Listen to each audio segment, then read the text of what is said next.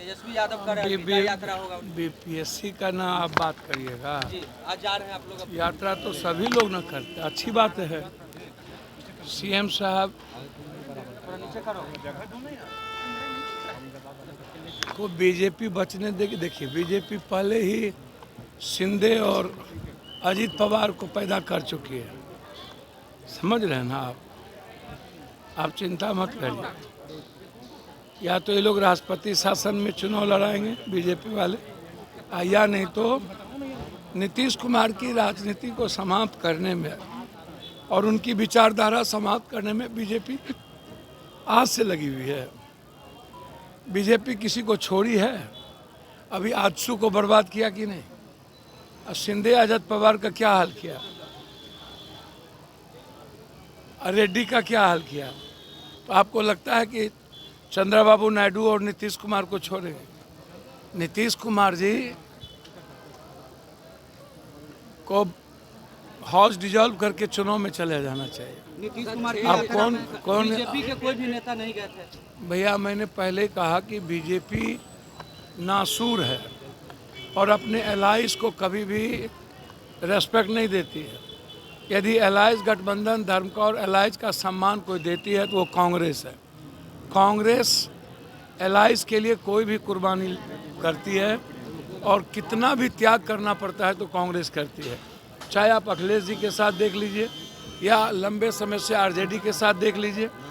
तो ये जो आरजेडी के साथ सोनिया गांधी जी और कांग्रेस परिवार का रिश्ता है उसका सम्मान तो करे। 6 दिन से अनशन पे हैं। नीतीश कुमार के नेतृत्व को लेकर के बीजेपी युवा बहुत स्थिति में है। कुछ भी सर, अब उसका प्रवक्ता हम हैं। बीजेपी स्वयंभू भगवान जो हैं वो तो वन नेशन नो इलेक्शन के लिए चुनाव इस बार लड़ रहे थे, 400 पार नो इलेक्शन। और वो अपने सामने में जिन लोगों ने उनको कभी चैलेंज किया उसको वो बकसने वाले हैं क्या? और क्षेत्रीय पार्टी के तो बीजेपी दुश्मन है, कांग्रेस ही रेस्पेक्ट देती है।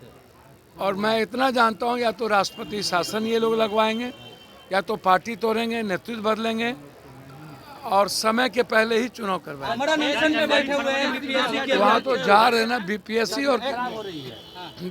और की चिंता किसी को है? लोग यात्रा पर, यहाँ कोई यात्रा करने की ज़रूरत नहीं है। बिहार के यूथ की गंभीरता को समझने की ज़रूरत है। मैं बार बार कहता हूँ कि एक सेंटर पे क्यों, और उसी सेंटर पर जो सेंटर बनना था उसके पहले वहाँ एक कोचिंग के द्वारा वहाँ अपने बच्चों की प्रतियोगिता क्यों करवाई गई? और जो क्वेश्चनर लगातार एक कोचिंग के द्वारा सजेस्ट किया जाता है वही क्वेश्चन क्यों आता है और वही क्वेश्चन आउट क्यों होता है, पेपर आउट क्यों होता है?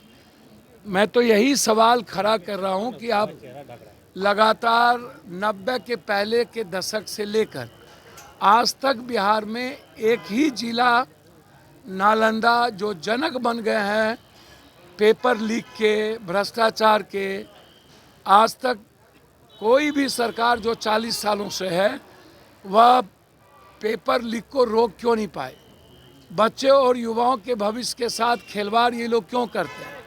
और ये लोग पेपर लीक के माफियाओं की संपत्ति, पदाधिकारी, मैं कई बार कहा हूँ कि बीपीएससी हो या एसएससी हो या यूपीएससी हो, ये भ्रष्टाचार, ये महाडकैत हो चुके हैं। इन जो बीपीएससी के चेयरमैन पद पर रहे हैं 90 के पहले से कितने जेल गए हैं और संपत्ति किसी की आज तक जांच नहीं हुई है। तो हम तो कह रहे हैं कि बीपीएससी के सभी लोगों की संपत्ति जांच हो और जो माफिया इसमें इन्वॉल्व है 3 महीने के अंदर एसपीडी ट्रायल हो, हाई कोर्ट के मॉनिटरिंग में हो। और सवाल मेरा सदन में भी यही था कि कब तक इस देश में बच्चों के भविष्य के साथ खिलवाड़ होगा? कब तक बच्चे अपने भविष्य की चिंता करेंगे और आत्महत्या करते रहेंगे?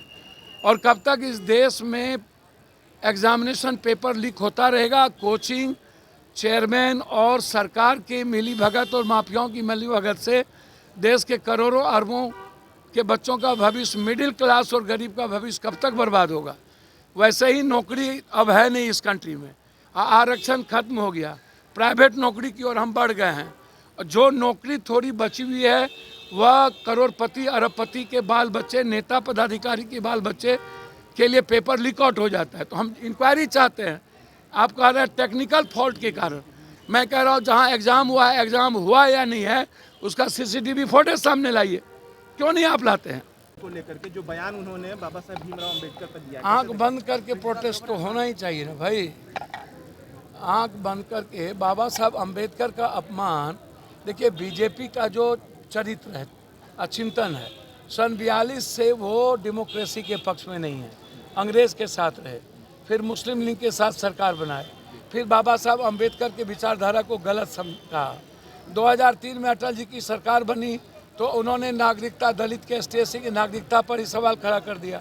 फिर जब मंडल कमीशन जब लागू हुआ तो उन्होंने समर्थन वापस ले लिया और कमंडल का यात्रा निकाल के देश जला दिया। तो जब भी आप आरक्षण को उठा के देखिए, जब स्टालिन ने आरक्षण लागू की तो कोर्ट चले गए, जब महागठबंधन की सरकार यहाँ आरक्षण लागू की तो ये कोर्ट चले गए। 67% आरक्षण के विरोधी है ये। अब जाति जनगणना की बारी आती है तब ये विरोधी है, सरना कोर्ट की बारी आती है तब ये विरोधी है। कि आरक्षण विरोधी भी हैं, दलित विरोधी भी हैं, ये लगभग सारे विरोधी हैं। आप उठा के देखिए ना भाई ये। और इनको तो देखिए इस्तीफा तो इनको दे देना चाहिए। और एक दिन प्रदर्शन करने का नहीं है, लगातार कंटिन्यू अंबेडकर सम्मान यात्रा निकलनी चाहिए। और ये लोग बाबा साहब अंबेडकर के संविधान को पहले इनका खात्मा था, 400 के पार, 1 नेशन नो इलेक्शन पहले था। चाइना और रूस के तर्ज पर ये आजीवन राज करना चाहते थे। जनता ने बाबा साहब अंबेडकर के संविधान ने इसको कम आने नहीं दिया। तो अब ये चाहते हैं कि संविधान ही बदल दो और बाबा साहब अंबेडकर को ख़त्म करो। बाबा साहब अंबेडकर जिंदा जब तक रहेगा तब तक बीजेपी इस कंट्री में कुछ नहीं कर सकती है। इसलिए बाबा साहब अंबेडकर इन लोगों के लिए बहुत ही छोटी चीज़ है, आज नहीं शुरू से लेकर सावरकर से लेकर आज तक।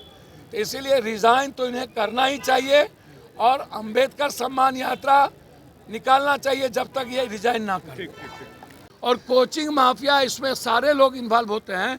यह सदन में मैं 10 बार कह चुका हूँ, परमार के बारे में, इसके पहले के बारे में हम 10 बार कह चुके हैं।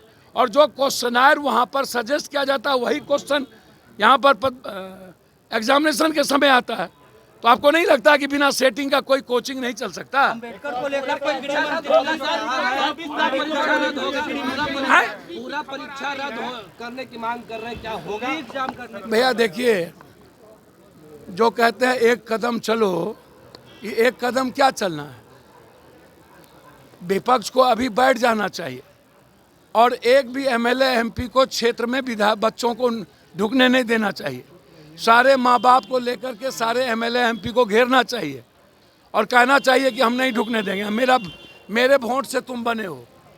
और जो विपक्ष इतनी बड़ी ताकत में है उनको राजनीति छोड़ देनी चाहिए करना और बच्चों के साथ उनको यहाँ बैठना चाहिए, विपक्ष के नेता को।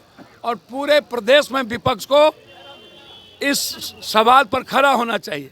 जब सदन में होते हैं तब भी तो पेपर लीक होता है। इसकी सरकार हो तब भी पेपर लीक, इसका सरकार हो तब भी पेपर लीक, जिसका सरकार हो तब भी पेपर लीक। आखिर क्यों और कब तक? और इन की बात आ रही है, हाँ? CM की नाराजगी की बात आ रही है। अब इसका ठीक है पर क्या सर?